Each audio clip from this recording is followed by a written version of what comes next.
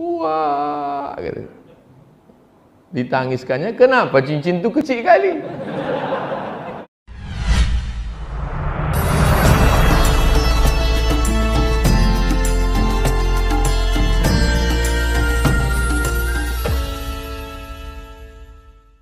Assalamualaikum warahmatullahi wabarakatuh. Alhamdulillah wassalatu wassalamu ala Rasulillah wa ala alihi wa sahbihi wa man tabi'ahu wa mawalah.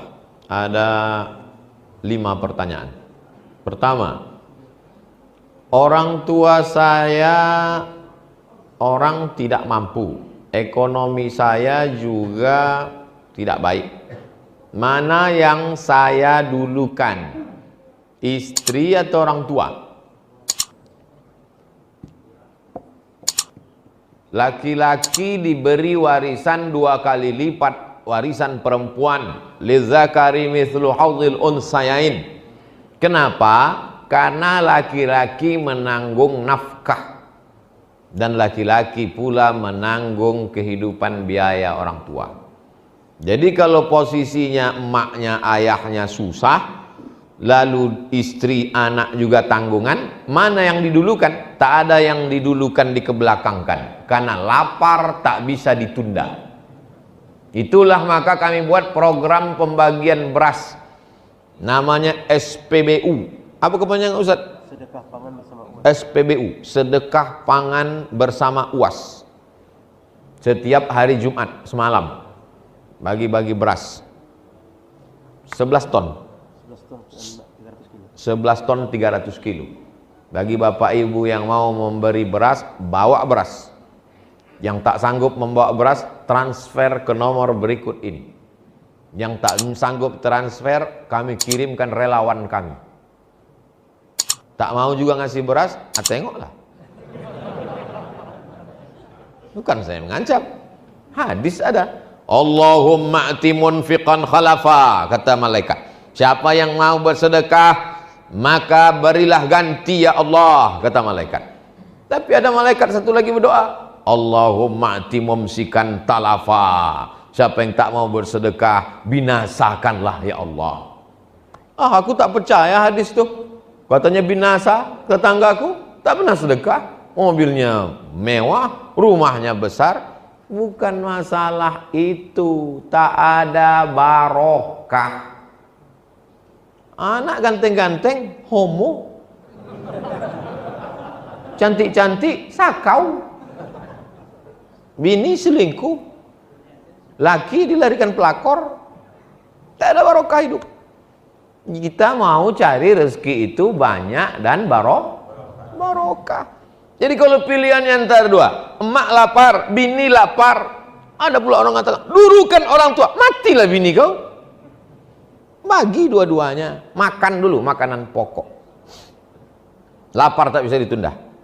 Itulah awal motivasi kami berkumpul. Saya, Ustadz Al-Nob, sahabat-sahabat 35 orang. Lapar tak bisa ditunda, kita sapu semua nih, keliling Pekanbaru, daerah-daerah terisolir yang susah. Mesti nanti baru ke daerah, baru dibawalah ke suku Talang Mama, ke suku Akit, pesantren sampai ke Siak, sampai ke Meranti. Meranti itu dapat 500 kilo 500 kilo tiap bulan. Sungai Pakning, jadi mengalir. Ustadz ada dapat beras tuh? Tak ada. Kita bagi-bagikan beras. Jangan pula ragu nanti, ini nampaknya Ustadz Somad nih pakai jas nih, duit beras kami nih, kan? Enggak. Memang ada logonya situ, YTWU, Yayasan Tabung Wakaf Umat. Saya bukan mengada-ngada pakai jas nih. Saya macam dulu pakai koko, pakai sorban, cuman dikasih sama Yayasan Tabung Wakaf nih supaya lebih berwibawa, kata dia. Biar yakin orang saya ustadz. Cuma gak pakai jas. Sesudah pakai jas nih yakin bapak ibu saya ustadz. Alhamdulillah. Jadi tak ada istilah didulukan ini. Yang penting makan. Tempat tinggal juga begitu. Adapun masalah lebih, yang ini belikan cincin, yang ini belikan tudung, yang ini belikan. Mohon doa anak kami Fatih Muzaki. fatih penakluk. Muzaki orang yang dua arti muzaki ini. Pertama, membayar zakat, berarti dia kaya. Muzaki artinya suci, orang mensucikan diri. Zulfi, zulfi artinya perantara aku. Anakku inilah yang akan menjadi perantara aku, bisa memasukkan aku ke dalam surga karena dia anak soleh. Jadi kalau ngasih nama itu begitu, ada maknanya. Nama anak kau siapa? Valentino. Kenapa begitu kau kasih? Entah dulu waktu maknya hamil aku mau ngebut aja bawaannya. Fatih, Muzaki, Zulfi agar lolos ke pesantren tahfiz madani, kotanya hanya 6 orang, diperebutkan luar daerah. Nanti di akhir majelis kita berdoa anak-anak kita semua supaya berhasil, sukses dunia akhirat. Yang paling penting dia bertauhid la ilaha illallah, jangan sampai dia sekuler, liberal, kafir, murtad, munafik. Mohon Ustadz cerita perjuangan Ustadz menuntut ilmu di tengah kesulitan, motivasi untuk kami yang sedang belajar. Ini nampaknya berarti tak ikut Instagram saya. Kan udah kutulis 3 hari yang lalu. Jadi anak-anak Kairo mau ujian, dimintanya lah saya video untuk supaya motivasi belajar, kata dia. Jadi saya tak mau, saya takutnya bercakap habis itu dia tak dengar. Saya tulis supaya dia membaca dan direnungkannya. Nah, yang belum follow silakan follow. Yang sudah belum baca, nih saya bacakan. Adik-adik kelas UAS di Azhar mau ujian. Mereka minta pesan dan doa untuk motivasi belajar. 5 September 1998 aku sampai di Kairo. Beasiswaku 162 pon. 50 pon untuk sewa rumah, 50 pon untuk makan, 20 pon untuk diktat, 20 pon untuk ongkos bis, 20 pon kuselipkan di celah-celah kitab untuk uang siap-siap mana tahu sakit mendadak. Diktat itu kubaca 3 kali. Baca pertama, ku pegang diktat dengan kamus. Baca kedua, ku kasih garis. Yang penting garis merah, yang hijau penting, sangat penting garis merah. Ayat-ayatnya ku hafal, hadis-hadisnya ku hafal, ucapan-ucapan ulama ku hafal. Ku baca 3 kali. Baca ketiga, ku buat ringkasan. Tapi hanya rumus-rumusnya saja. Ringkasanku jarang dipinjam orang, karena yang paham isinya aku saja. Aku mesti lulus, karena kalau aku tak lulus beasiswaku putus 25%. Kalau aku tak lulus 2 kali beasiswaku putus. Aku tak mau minta duit sampai selesai kuliah. Aku tak akan minta duit. Aku tak miskin, aku cuma merasa cukup. Aku naik tingkat. Tahun 2000 aku pergi haji. Masih ada duit $300 yang kubawa waktu datang 1998. Duit itu bertahan. Aku tak pernah meminjam duit. Aku tak pernah mengutang sama orang. Dipukul ombak, dihempas gelombang, aku sampai di Makkah. Di bawah hotel Hilton, aku jumpa seorang ustadz terkenal. Kusapa dia, hidungnya saja yang menyahut. Aku sakit hati. Itulah mengapa sekarang kalau aku jumpa orang, ku biarkan dia mengambil gambar, aku senyum dengan dia, ku ajak dia bicara, ku doakan untuk membalaskan sakit hatiku di masa lalu. Tak ada orang memberi aku nasihat. Aku menasihati diriku sendiri. Aku mesti selesai S1 4 tahun. Aku mesti selesai S2 2 tahun. Aku mesti nikah dengan duitku sendiri. Aku mesti S3 2 tahun. Aku mesti profesor. Orang yang membenciku, ku doakan umurnya panjang supaya dia melihat kesuksesanku. Datuk Sri Ulama Setia Negara, Kaimangku Jaga Dilaga, Profesor Syekh Abdul Somad LCMA PhD, tinggal almarhum. Dah jelas. Tak juga kalian termotivasi pergi ke jembatan Leton.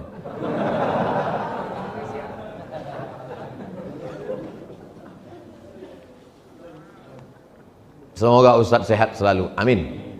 Sebelumnya mohon doanya untuk kedua putra saya semoga bisa menjadi penghafal Quran. Nanti di akhir majelis kita doakan semua anak kita jadi penghafal Quran ya Allah.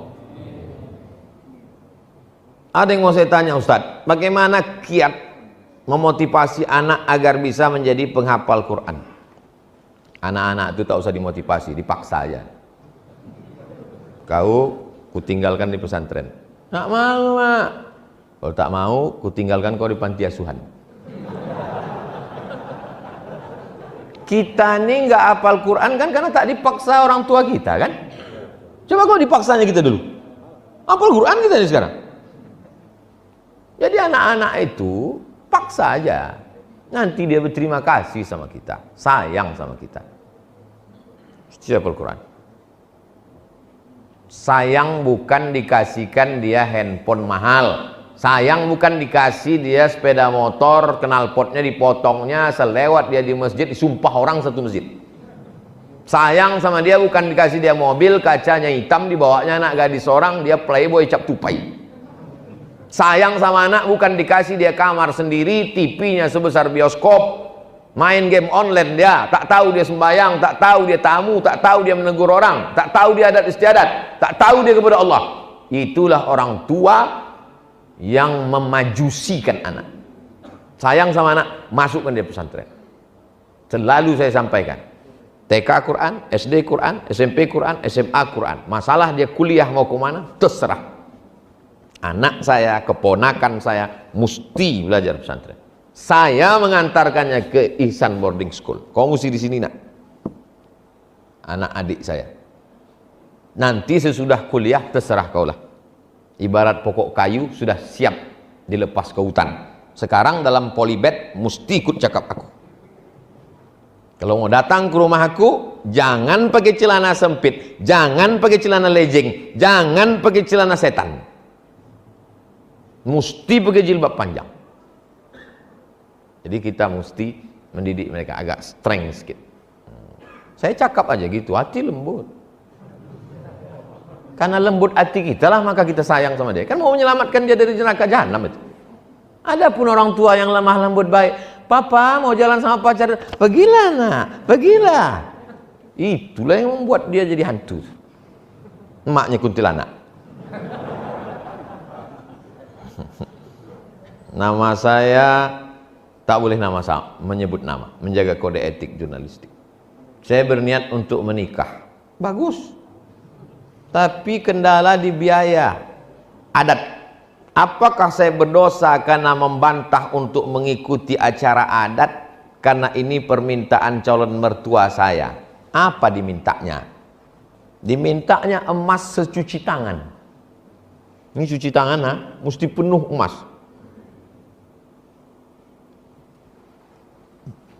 Adalah jumpa saya ibu-ibu di Masjid Ar-Rahman. Ustadz, ya bu, anak saya mau nikah. Nikahkanlah kata saya. Saya mau dia memiliki kepribadian Pak Ustadz. Mobil pribadi, rumah pribadi. Jadi anak itu sekarang, ya saya biarkan aja pacaran dulu. Setiap malam Ahad, Sabtu malam Ahad dia boncengan, dia pergi, dia jalan-jalan, ibu menanggung dosanya. Dosa apa Pak Ustadz? Cuman makan bakso kok. La ilaha illallah. Mau kadang orang ini makan di daun daripada makan di pinggan. Ini bukan zaman Siti Nurbaya. Orang tinggal di rumah kayu dijolok pakai lidi dari bawah. Ini zaman hantu. Maka kalau kita biarkan anak kita ini, dia akan jadi gondoruo pacaran sama kuntilanak. Anaknya tuyul. Nikahkan. Iyakunu fuqara. Kalau jantan yang datang itu susah, kasih dia modal bantuan. Saya tulis di kertas. Aku Abdul Somad, ini ku kasih cincin sekian gram. Kalau nanti kau mau nikah nak, datang laki-laki itu kurang mampu, jadikanlah ini sebagai maharnya. Anak itu masih kecil lagi, beda saya. Kalau nanti datang laki-laki itu kurang mampu, kasihlah cincin ini sebagai maharnya, supaya mudah kalian menjaga diri dari yang diharamkan Allah. Kalau laki-laki yang datang itu bertuah, rezekinya berlebih, simpanlah cincin ini sebagai kenang-kenangan dari aku. Jangan lupa kau bacakan aku Fatihah. Buatlah aku seperti yang kubuat kepada engkau, buat pula lah anak-anak kau seperti. Ceritakanlah yang kubuat ini kepada anak-anakmu nanti. Dah saya tulis. Saya mati ini siap. Saya beli cincin, kan banyak saya dapat batu di mana-mana ceramah, kasih orang batu. Saya ikatkan cincin berapa gram, saya tuliskan. Itu anak perempuan saya. Kalau datang meminang kau nanti laki-laki yang kurang beruntung, tapi dia soleh, baik, jadikanlah ini sebagai mahar nikah. Jangan kau minta macam-macam. Tapi kalau dia mampu, cincin ini sebagai kenang-kenangan dari aku, kau doakan aku, kau kirim aku Al-Fatihah. Nah, yang ku buat ini, kau ceritakan pula lah ke anak-anakmu, supaya ingat mereka dengan aku. Ada, tapi belum saya kasih sekarang, nunggu saya mati. Jadi kalau saya mati, buka mereka, menangislah mereka menengok. Wah, gitu. Ditangiskannya, kenapa cincin itu kecil kali?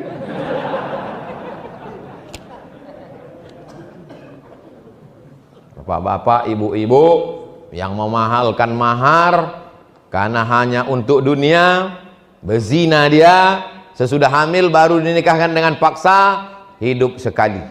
Buatlah berarti. Jangan sampai menyesal. Akad nikah yang mestinya sakral dan suci, disitulah kau mengamuk. Ku nikahkan engkau dengan anak mahar habis ni, jangan kau datang dengan kusipakkan dari kepala kau. Ngamuk. Dah, anak-anak muda, balik dari sini kan siapkan. Mahar udah kuturunkan, udah standar. Sebelum mati bapak ibu ini berubah, majulah kalian. Insyaallah Yayasan Tabung Wakaf akan membuat nikah masal nanti. Anak-anak muda, kalian pinang.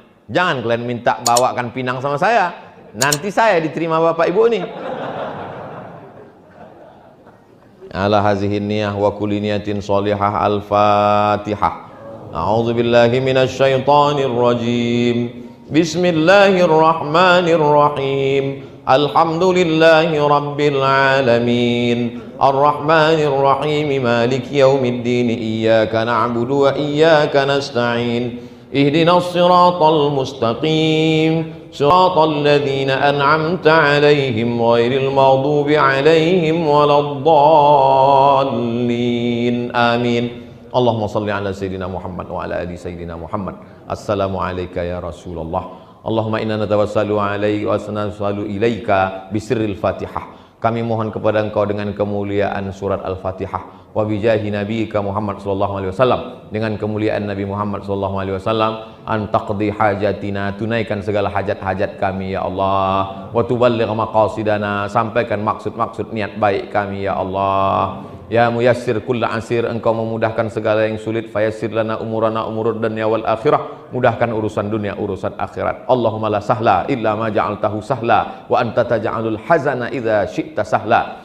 Allahumma ja'al abna'ana wa banatina min huffazil Qur'an wal hafizat, jadikan anak-anak kami menjadi para penghafal Quran. Allahumma faqihhum fid din, dalamkan ilmu agama mereka, wa 'allimhut ta'wil, ajarkan mereka pemahaman Quran yang benar. Allah maftah lahum futuhal arifin, bukakan pintu hati mereka untuk beramal soleh dengan ilmu yang sesuai ahlu sunnah wal jamaah ya Allah. Wahfazhum min kulli su' wa syar, jaga anak-anak kami dari segala perbuatan tercela. Allahumma dafa'anhumul ghala wal waba wal fahsya wal riba wal zina wal munkar. Selamatkan anak-anak kami dari riba, dari narkoba, dari zina, dari LGBT, dari perbuatan keji dan mungkar. Allahumma rzuqnal istiqamata ala syariatil gharra wat tariqatil bayda. Berikan kami istiqamah dalam agama yang benar ini ya Allah. Allahumma jma'na ma'al habibil mustafa fi jannatikal ula. Satukan kami dalam surga Jannatul Firdaus bersama Nabi Muhammad sallallahu alaihi wasallam. Allahumma khtim lana bi husnil khatimah wa la takhtim alaina bi su'il khatimah. Rabbana atina fid dunya hasanah wa fil akhirati hasanah wa qina adzabannar. Wa sallallahu ala sayyidina wa maulana Muhammad wa ala alihi wa sahbihi wa sallam walhamdulillahi rabbil alamin. Taqabbalallahu minkum minna wa minkum taqabbal ya karim. Terima kasih perhatian Bapak Ibu, mohon maaf segala silap, salah cakap, tak berkenan di hati dan lain sebagainya. Kita jaga protokol